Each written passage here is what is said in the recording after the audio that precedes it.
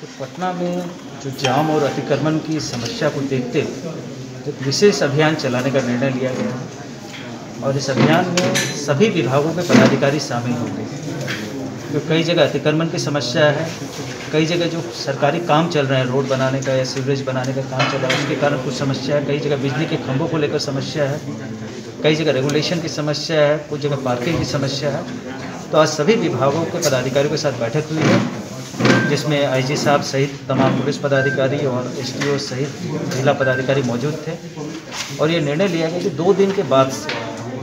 2 दिन बाद से एक विशेष अभियान पटना में चलाया जाएगा, जिसमें ट्रैफिक को लेकर के पूरी जांच की जाएगी। जो भी लोग बिना लाइसेंस के या बिना गाड़ी के कागजातों के साथ घूम रहे हैं उन पर कार्रवाई की जाएगी। जो पॉल्यूशन फैलाने वाले वाहन हैं उन पर कार्रवाई की जाएगी।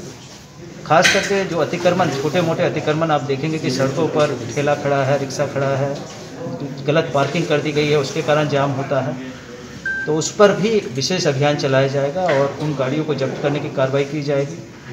जो वेंडिंग जोन्स हैं उसको भी रेगुलेट करने के लिए नगर निगम को निर्देश दिए गए हैं कि वेंडिंग जोनों की एक सीमा फिक्स की जाए, उस सीमा से बाहर कोई भी वेंडर नहीं रहे। जो वेंडिंग जोन वाले लोग हैं, हम लोग चाहते हैं उनका भी रोजगार चले, लेकिन जैसे ही उनको जगह दी जाती है वो सीमा से वो लोग बाहर नहीं जाए। इसलिए टेम्परेरी वेंडिंग जोन का गठन नगर निगम करेगा और उस पर कार्रवाई शीघ्र करेगा।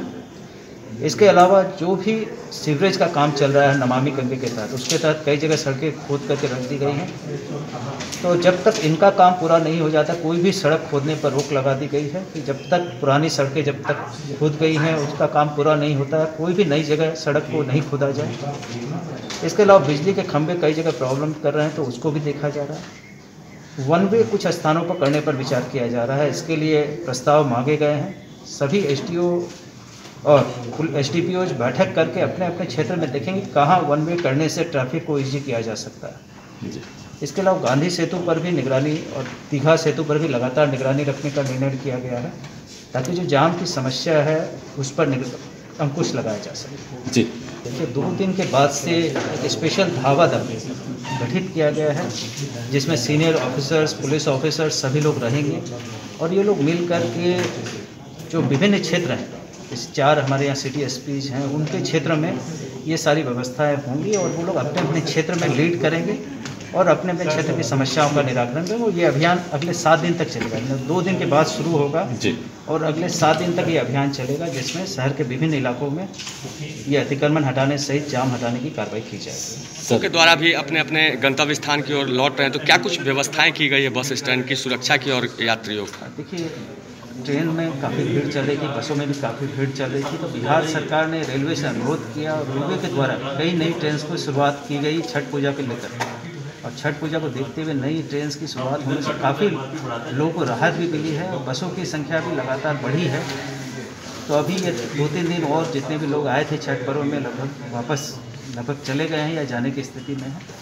तो ये 2-3 दिनों में स्थिति पूरी तरह नॉर्मलाइज हो जाएगी और ट्रेन के चलने से काफ़ी सहूलियत लोगों को मिली है। हम लोगों ने कुछ रूट्स पर ट्रेन चलाने की मांग की और रेलवे ने उसको तुरंत चालू किया। सर, सुरक्षा के क्या कुछ इंतजाम हैं? अगर बस अड्डों की बात करें, मीठापुर हो गया, अपना कौटिल्य के पास हो गया, और सरकारी बस स्टैंड अगर हम बात करें गांधी मैदान के पास हो गया, तो यात्रियों की सुरक्षा के क्या कुछ इंतजाम हैं? अभी सबसे बड़ी सुरक्षा है लोगों को जागरूक करने की कोविड से। हम लोगों ने सिटी बसेस पर सभी पर कोविड के जागरूकता मैसेज दिए हैं ताकि वो लोग सचेत हो। गाड़ियों के अंदर भी कंडक्टर्स को ये कहा गया है कि समय समय पर लोगों को बताएं और अभी ये भी निर्देश जारी किया कि जिन ऑटोज में या बसेस में लोग पालन नहीं कर रहे हैं मास्किंग का, उन पर जो मालिक हैं, बस के मालिक हैं, कंडक्टर, उन पर भी फाइन लगाया जाए। यात्रियों पर तो लगाया ही जाए ताकि सभी लोग सुरक्षित रहेंगे, तभी ये काम होगा। लेकर कुछ घाटों को जिला प्रशासन के द्वारा चिन्हित किया गया है और उन घाटों पर जो सुरक्षा के इंतजाम, NDRF, बैरिकेडिंग, लाइटिंग की व्यवस्था जिला प्रशासन के द्वारा की जा रही है। हम लोगों ने लोगों से अपील की कि कार्तिक पूर्णिमा पर घाटों पर बहुत अधिक भीड़ ना करें, क्योंकि ये कोई ऐसा कंपलसरी पर्व नहीं होता है जैसे छठ पूजा में काफ़ी लोग को मन्नत होती है। लेकिन कार्तिक पूर्णिमा, क्योंकि कोविड का डर अभी ख़त्म नहीं हुआ है और हम सबको इससे सचेत रहने की आवश्यकता है, इसलिए मास्क का भी अभियान चलाया जा रहा है। घाटों पर भी सोशल डिस्टेंसिंग के लिए हम लोग भी लगातार कर रहे हैं कि जब तक बहुत आवश्यक नहीं हो कार्तिक पूर्णिमा पर स्नान के लिए। सर, एक और सवाल है सर, पर्व जो बच्चे एनुअल फी जमा नहीं किए हैं उनको परीक्षा से बाधित करने की लगातार चेतावनी दी जा रही है। देखिए, इसमें जिला पदाधिकारी का एक स्पष्ट आदेश निकला हुआ है कि किसी भी बच्चे को शुल्क देने के लिए बाधित नहीं किया जाए, और ऐसी इक्का दुक्का शिकायतें प्राप्त हुई हैं जिस पर जिला पदाधिकारी ने नोटिस निर्गत भी किया है। तो यदि कहीं पर भी किसी पेरेंट्स को ये शिकायत आती है तो वो उसकी जानकारी ईमेल के माध्यम से या पर्सनली डीएम ऑफिस में दे सकते हैं, और उसके बाद जिला पदाधिकारी स्तर से उस पर कार्रवाई की जाएगी।